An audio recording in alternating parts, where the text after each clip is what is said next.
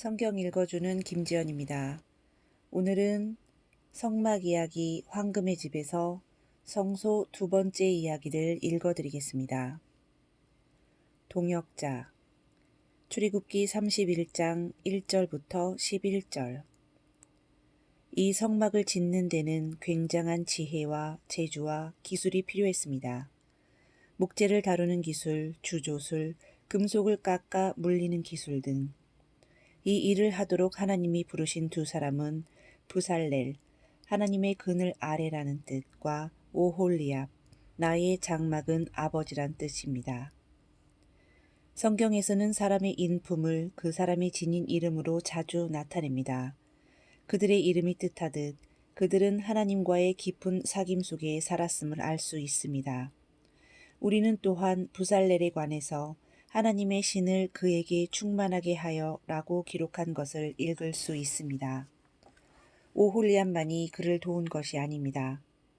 무릇 지혜로운 마음이 있는 자에게 내가 지혜를 주어 그들로 내가 내게 명한 모든 것을 다 만들게 할지니 라는 말씀처럼 지혜로운 자들이 그를 도운 것을 알 수 있습니다. 이제 이 지상 위에 우리가 하나님의 집을 세우는데 서로 동역하기 위해서는 각자가 성령 충만을 받아야 하고 지혜를 받아야 합니다. 이스라엘인들은 하나님의 집을 세우는데 필요한 건축 재료와 재능을 헌신했습니다. 우리는 그 이상의 것도 할 수 있을 것입니다. 우리의 소유를 그분께 드릴 뿐 아니라 우리 자신, 생명까지도 드릴 수 있는 것입니다. 그것은 억지로가 아니라 즐거운 마음으로 하는 것입니다. 그분은 우리가 그렇게 한다고 할지라도 조금도 아까울 것이 없는 엄청난 가치가 있는 분입니다.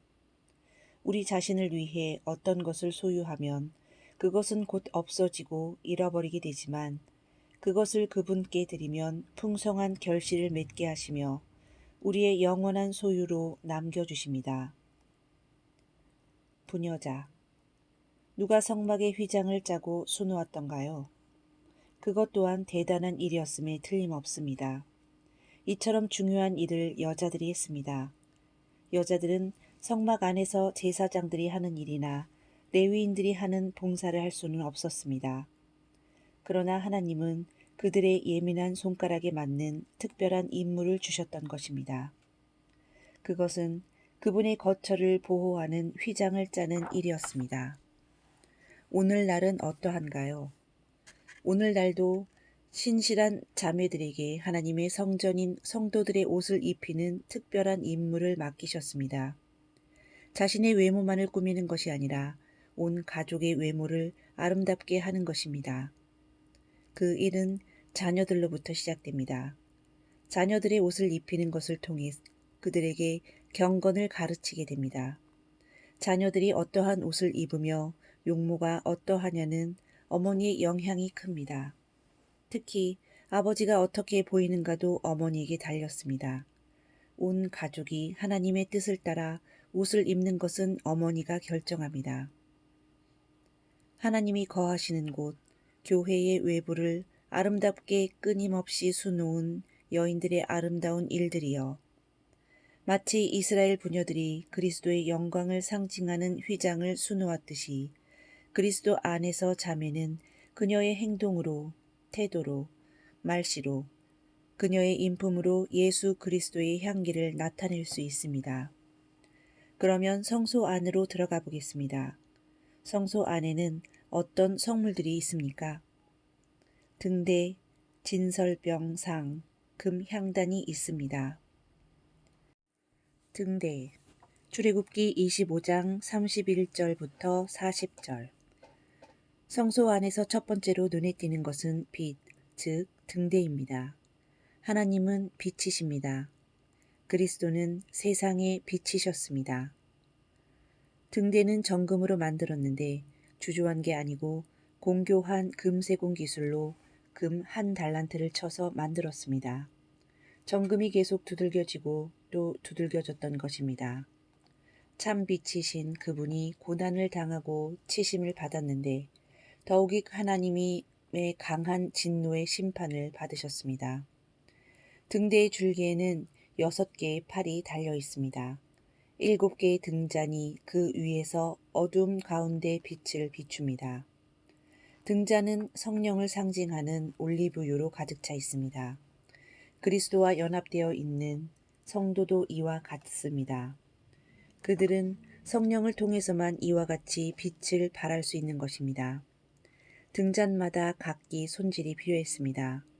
심지가 타 불똥이 생긴 곳에서는 빛이 나올 수 없기 때문에 맨 먼저 제사장은 이 불똥을 제거해야 했습니다. 불결로 인해 영력을 잃은 성도에게서는 빛이 나올 수 없습니다. 불똥을 제거하는 집게가 그 옆에 비치되어 있었는데 그 불집게 역시 금으로 만들었습니다. 불똥을 제거하는 일은 매우 신중하고 조심스럽게 하지 않으면 안 되었는데 그러고 나면 다시금 충만한 빛이 발산되었습니다. 그리고 이 등불은 그리스도를 상징하는 등대의 줄기를 비추도록 불을 켰습니다. 우리에게서 나는 빛이 우리 자신을 비춰서는 안 되며 항상 그리스도를 비춰야 합니다. 그분만이 빛 가운데 드러나야 하며 그분만이 존귀와 영광을 받으셔야 한다는 사실을 명심합시다. 이후에는 그분이 천국에서 다시금 빛이 되실 것입니다. 성의 길은 맑은 유리 같은 정금이더라. 그 성은 해나 달의 비춤이 쓸데없으니 이는 하나님의 영광이 비치고 어린 양이 그 등이 되심이라. 요한계시록 21장 21절부터 23절. 진설병상 출애굽기 25장 23절부터 30절. 등대 맞은편에는 정금으로 된 상이 있습니다. 그 위에는 이스라엘 지파수와 같은 12개의 진설병이 놓여 있습니다. 상은 그리스도를 말합니다. 상이 떡을 떠받치고 있는 것처럼 그리스도께서 성도들을 떠받들고 계십니다. 그리스도께서 그들을 품고 계시기에 하나님이 그들을 기쁘게 연락하시는 것입니다. 하나님은 하늘 등대의 빛 가운데서 그들을 보십니다. 12개의 진설병은 이스라엘 지파를 가리킵니다. 10지파는 아수르로 끌려갔고 이스라엘 땅에는 2지파밖에 안 남았을 때에도 상 위에 항상 12개의 빵이 놓여 있었습니다. 우리 또한 그렇게 항상 12개의 빵을 볼 수 있어야 합니다. 그것은 우리의 마음 속에, 우리의 사랑 속에, 우리의 기도 속에 모든 하나님의 백성들을 항상 기억해야 한다는 말입니다. 그런데도 성도들 간의 불화와 분쟁과 분파가 일어나고 있음은 어찌된 일인가요? 우리는 그것을 커다란 수치와 부끄러움으로 여겨야 할 것입니다. 우리는 도처에서 하나님의 자녀들을 만나게 됩니다. 그때 우리는 그들과 일체감을 느낍니다. 그들에게 형제의 따뜻한 손길을 뻗쳐서 뜨거운 사랑을 베풀고 싶어집니다. 내가 저희를 위하여 비옵나니 우리와 같이 저희도 하나가 되게 하옵소서. 요한복음 17장 9절부터 11절. 상둘레의 손바닥 넓이만한 턱을 정금으로 만들고 그 둘레를 빙 둘러서 다시 금태를 만들었습니다. 그것은 말할 것도 없이 상으로부터 떡이 떨어지거나 미끄러지는 것을 막기 위함입니다. 예수 그리스도는 이 정금 턱이십니다. 이 턱은 손바닥 넓이만큼 했습니다. 그리스도의 손이 그의 백성들을 꼭 붙들고 계십니다. 주님이 자녀들을 보호하고 지켜주십니다. 그리스도의 손이 자녀들을 지키시기에 얼마나 능하신지요. 내가 너희에게 영생을 주노니 영원히 멸망치 아니할 터이요. 또 저희를 내 손에서 빼앗을 자가 없느니라. 요한복음 10장 28절. 진설병, 떡. 안식일마다 제사장은 상 위에 있는 진설병을 먹고 새 것으로 갈아 놓습니다. 금상 위의 떡은 제사장들의 음식이었습니다. 하나님이 그렇게 정하신 것입니다. 예수님께서는 하나님의 떡은 하늘에서 내려 세상에게 생명을 주는 것이니라. 내가 곧 생명의 떡이니 내게 오는 자는 결코 줄이지 아니할 터이요 나를 믿는 자는 영원히 목마르지 아니하리라. 나는 하늘로서 내려온 산떡이니 사람이 이 떡을 먹으면 영생하리라. 이 떡을 먹는 자는 영원히 살리라 말씀하셨습니다. 그리스도인의 생명은 참떡이신 예수 그리스도로 양육되어집니다. 그분에 의해 양육받고 말씀으로 주님을 묵상하며 주님과 연합되어 기뻐할 때 영적 성장과 진정한 축복이 따르는 것입니다. 금향단 출애굽기 30장 1절부터 9절. 뜰에 있는 커다란 놋제단에서처럼 어떤 희생 제물이 금향단에 드려지는 것은 아닙니다. 단지 향기로운 향만 피워질 뿐입니다. 향기로운 연기가 하나님께 올라갔습니다. 나의 기도가 주의 앞에 분향함과 같이 되며 시편 141편 2절과 요한계시록 8장 3절에서 이 향은 성도들의 기도라는 것을 밝히고 있습니다. 그것은 또한 하나님 백성들의 감사와 찬양과 예배라는 것을 히브리서 13장 15절에서 말해줍니다. 그것이 하나님께 드려지되 제단에서만 드려집니다. 말하자면 제단이 그것을 하나님께 드리는 것입니다.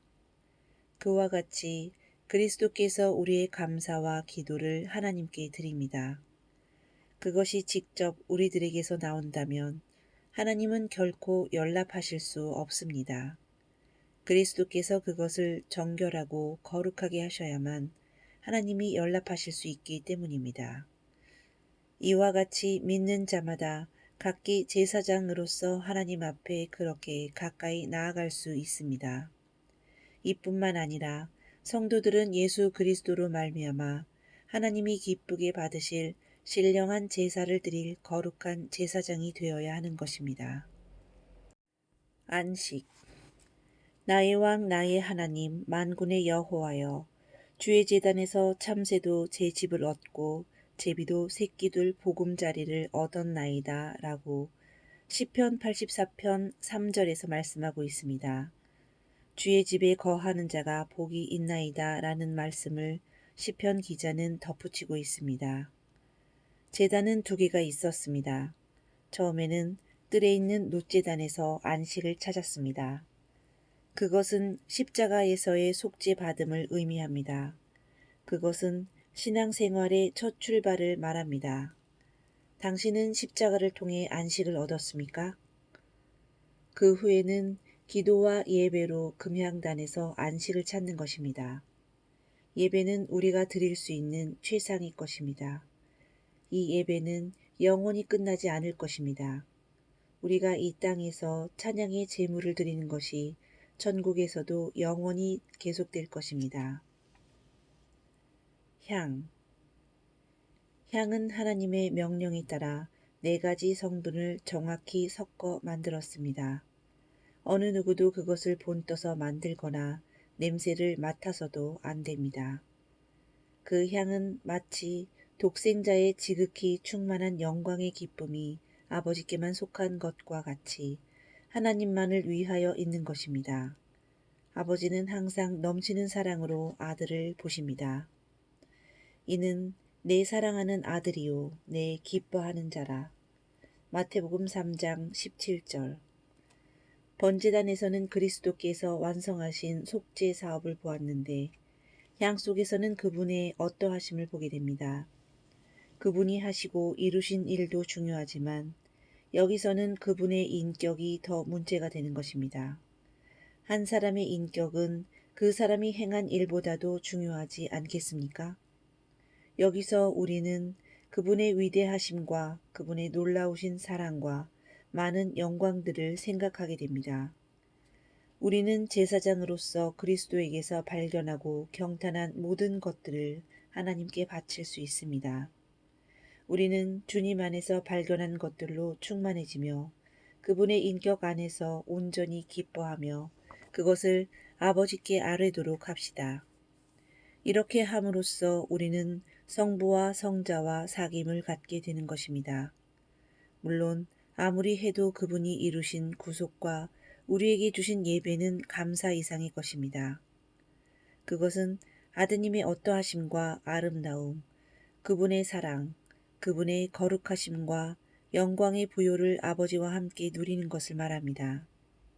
이것은 아버지께서 기뻐 받으시는 향기입니다. 형제자매 여러분, 당신은 주 예수님을 사랑하십니까? 당신이 그리스도의 어떠하심과 그분의 사랑이 얼마나 풍성하신가를 묵상하며 하나님께 나아가 그것을 고백하는 것이 예배입니다. 그것은 베다니 마리아가 주님 발에 향유를 붓고 집안의 향기가 가득하도록 했던 것처럼 우리 영혼의 나드향을 완전히 쏟아들이는 것이 됩니다. 그것은 아버지가 기뻐 받으시는 향의 예물입니다. 성막의 바닥. 성막의 바닥은 무엇으로 되어 있을까요? 아마도 그것은 벽처럼 금으로 되어 있든지 아니면 적어도 나무로 되어 있다고 생각하시겠죠? 그러나 바닥은 그냥 모래로 되어 있습니다. 지극히 거룩하시고 존귀하신 하나님의 아름답고 찬란한 집이 모래바닥으로 되어 있다니 놀라셨습니까? 정금으로 된 하나님의 모든 성물들은 그냥 모래 위에 놓여 있습니다. 그것은 그리스도인들이 거듭난 후에도 계속 광야를 여행해야 하며 이 광야는 새 생명에게 아무것도 줄 수 없음을 말해줍니다.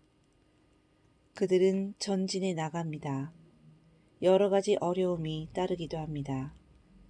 슬픔과 실망과 질병과 죽음이 그들 주위를 맴돕니다. 그러나 그들은 결코 외롭지 않습니다. 매일 하나님이 광야길에 그들과 함께 하시기 때문입니다. 그 백성들을 결코 그냥 내버려 두시지 않습니다. 이 어떠한 사랑입니까? 당신이 어떠한 어려움 가운데 있다 할지라도 그분이 당신 곁에 계시는 것입니다. 하늘과 땅의 모든 권세를 내게 주셨으니 그러므로 너희는 가서 모든 민족을 제자로 삼아 아버지와 아들과 성령의 이름으로 침례를 베풀고 내가 너희에게 분부한 모든 것을 가르쳐 지키게 하라. 볼지어다 내가 세상 끝날까지 너희와 항상 함께 있으리라. 마태복음 28장 18절부터 20절. 용기를 내십시오. 그분이 우리와 함께 하시기 때문입니다. 머지않아 저 본향에 이르리니 우리가 그분과 함께 있게 될 것입니다. 채. 광야 여행을 하는 데는 무엇을 운반하는 데 쓰는 채가 필요합니다. 그 채로 하나님의 집의 성물을 날랐습니다. 하나님은 백성들과 같이 여행하십니다. 채는 우리의 임무와 관련지어져 이야기되곤 합니다. 레위인들은 예수 그리스도를 상징하는 지극히 값비싼 성물을 운반합니다. 광야에서 누가 그들을 만난다면 보배로운 것들을 조심스럽게 운반하고 있음을 볼 것입니다. 오늘날 우리 성도들도 그렇게 굉장한 것을 나르고 있는 것입니다. 가장 큰 보배인 예수 그리스도를 소유하고 있기 때문입니다.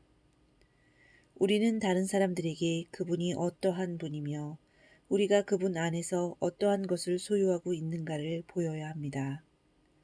이렇게 우리가 그분을 증거할 때 죄인들이 구원받게 될 것입니다.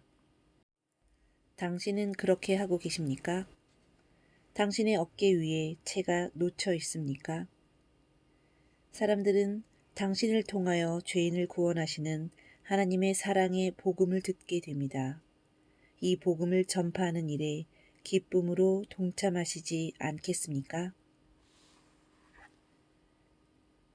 성막 이야기, 황금의 집에서 성소 두 번째 이야기를 마치겠습니다.